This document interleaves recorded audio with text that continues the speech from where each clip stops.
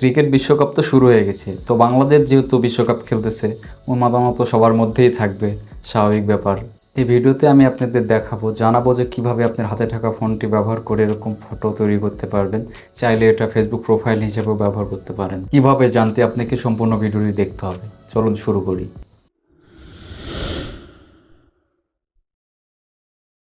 ওকে, আপনি চাইলে আপনার যে কোনো ছবি ব্যবহার করতে পারেন। এখানে ব্যাকগ্রাউন্ড লিঙ্ক আর ফন্টের লিঙ্কটা ডিসক্রিপশানে দিয়ে দিব, সেখান থেকে আপনারা ডাউনলোড করে নেবেন।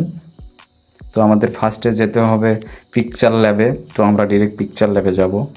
তো পিকচার ল্যাবে আসার পর এটা এমন থাকবে, এখানে এই কর্নারে 3 ডটে ক্লিক করে আমরা ব্যাকগ্রাউন্ডটা ফার্স্টে নিয়ে আসবো। এই ব্যাকগ্রাউন্ডটা নিয়ে আসলাম ফার্স্টে, যেমনি আছে এমনি বসায় দিবেন।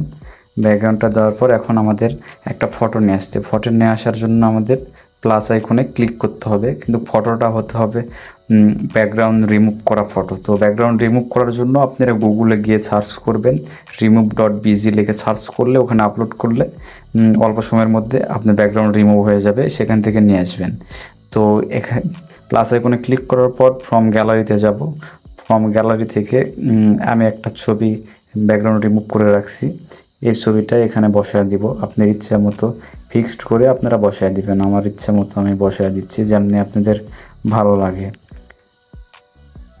একটু সময় নিয়ে আপনারা বসায় দিবেন সুন্দর করে। এই তো বসায় দিলাম।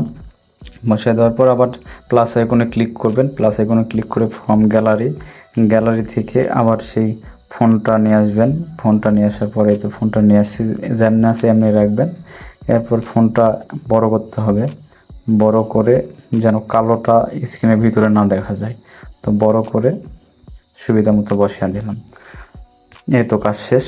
এরপর এটা সেভ দিবেন কিভাবে, সেভের জন্য এখানে ক্লিক করবেন, করে দেখেন সেভ অ্যাজ ইমেজে ক্লিক করার পর এখানে ডিফল্ট থাকবে, এটা আলট্রা করে সেভ করে দিবেন, তাহলে এটা হয়ে গেল।